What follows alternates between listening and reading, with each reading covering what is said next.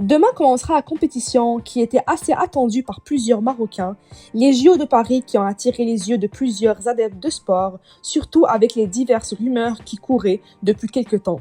Le plus important selon moi, c'est que nos Marocains, dans tous les domaines, brillent à l'échelle mondiale. Notre équipe olympique de football jouera demain contre l'Argentine. Ce sera un match qui certes ne sera pas facile, mais qui sera très important pour commencer la compétition de bon pied. Dans cette vidéo, je dirai mes attentes pour ces JO de la part de notre équipe olympique, mon 11 de départ et ainsi que mon pronostic pour ce match. Mais avant de commencer, n'oubliez pas de vous abonner, liker, partager et commenter si vous aimez le contenu, car c'est vous la force. Cette compétition sera loin d'être facile, comme on le sait tous, mais notre équipe olympique est remplie de qualité malgré les diverses absences de plusieurs joueurs. Il y a plusieurs joueurs dans cette équipe qui ont déjà eu des minutes de jeu avec l'équipe A et d'autres qui manquent à cet effectif, comme par exemple Chazzy Riyad qui me vient en premier en tête. Dans tous les cas, avec les joueurs qu'on a, je pense que tout dépendamment de la mentalité et de l'état d'esprit des joueurs, on peut vraiment viser le podium.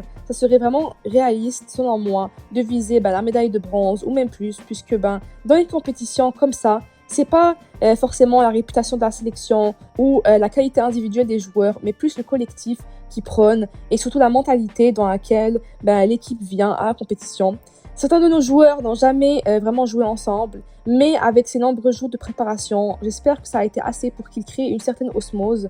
Et le plus important, c'est de commencer la compétition contre l'Argentine sans défaite pour ensuite pouvoir affronter les équipes de notre poule qui sont soi-disant plus abordables pour nous après. Donc pour mon 11 de départ, sans hésitation dans les buts, je pars avec celui qui a le plus d'expérience et c'est bien sûr Mounir El Khajoui qui a été l'un des joueurs de plus de 23 ans qui a été pris au sein de l'équipe. Je pense que vraiment il a tout à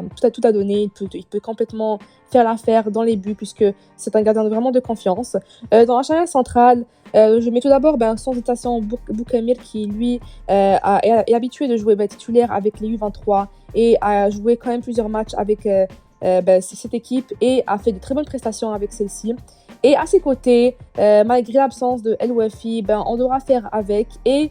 pourquoi pas mettre Taïf qui lui, je ne connais pas vraiment beaucoup ce joueur, mais on n'a pas vraiment le choix de le mettre et j'espère que ce duo de défense fera l'affaire dans la compétition. Ensuite, comme latéral droit, je mets El Wahdi qui lui vraiment est un joueur vraiment de qualité, qui apporte beaucoup avec son club et Genk, mais aussi avec la sélection, les U23. Il y a vraiment beaucoup de qualité et c'est vraiment un latéral qui monte beaucoup, qui apporte beaucoup avec sa qualité de jeu. Et de l'autre côté, comme latéral gauche, on n'a pas le choix vraiment de mettre Hakimi qui, malgré que c'est normalement c'est un latéral droit de formation, mais il a quand même déjà joué des matchs en tant que latéral gauche et je pense qu'il fera complètement l'affaire. Déjà qu'on connaît la qualité de ce latéral et je pense qu'en jouant à gauche, ça va pas vraiment le déstabiliser plus que ça. Et j'espère qu'il pourra quand même s'épanouir et apporter beaucoup avec son talent.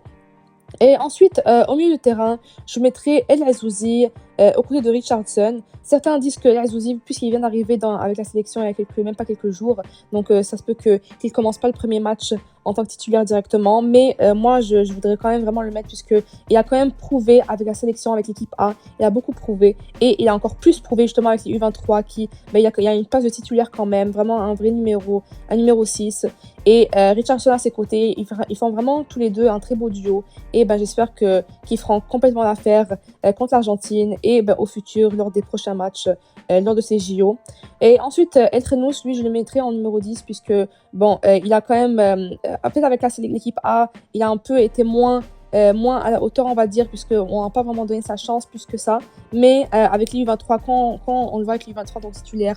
on va vraiment beaucoup plus à l'aise et beaucoup plus épanoui sur le terrain. Ensuite, en tant qu'ailier droit, je mettrai Akhomesh qui vraiment est une pépite vraiment incroyable, qui vraiment, quand il joue sur le terrain, il donne tout. Et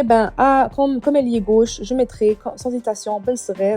puisque vraiment, il a tout prouvé avec l'équipe A, justement. Il a carrément sa place maintenant en tant que titulaire avec l'équipe A du Maroc. Et c'est logique, justement, qu'il puisse jouer, justement, le match contre l'Argentine et tous les autres en tant que titulaire. Je me dis que aussi Zelzouli, lui, c'est un joueur, on va dire, qui a quand même prouvé avec les U23, mais je trouve que Ben Serer, c'est quand même une barre au-dessus. Et ensuite, ben, en numéro 9, je mettrai Rahimi qui a vraiment fait une très belle saison. J'espère qu'il ne sera pas trop fatigué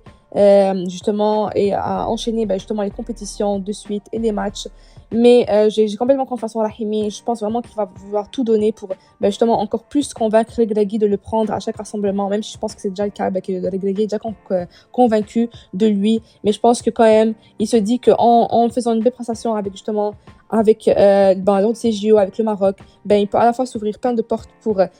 changer de club justement, mais aussi pour gagner sa place de titulaire avec l'équipe A. Donc pour mon pronostic pour ce match, je vois quand même un match qui va être assez compliqué puisque comme je l'ai dit, c'est le premier match de la compétition pour les deux équipes, le Maroc et l'Argentine. L'Argentine, c'est loin d'être une équipe facile à jouer, qui a aussi des joueurs de qualité, mais aussi le Maroc, on est quand même rempli de qualité aussi, on est rempli de plusieurs pépites qui se dévoilent de jour en jour. Et c'est pour ça que moi, je vois quand même un match assez serré qui se finira selon moi 2-2, donc égalité. Donc je vois pas vraiment une équipe se démarquer plus que l'autre, mais je pense que les deux équipes vont vraiment quand même marquer des buts et proposer un beau jeu qui est quand même, on va dire, assez fermé, puisqu'on sait très bien que lors des premiers matchs de compétition que les équipes jouent, et personne ne veut le perdre, donc tout le monde, il n'y a pas vraiment de grande prise de risque, mais j'espère sincèrement que le Maroc ne commencera pas la compétition avec une défaite, je ne le souhaite pas, et je ne pense pas que ça va arriver, puisque quand même, l'Argentine, oui, c'est une bonne équipe, mais c'est une équipe, on va dire, qui est assez abordable, vu les joueurs qu'on a. Et je pense qu'en sortant de ce match avec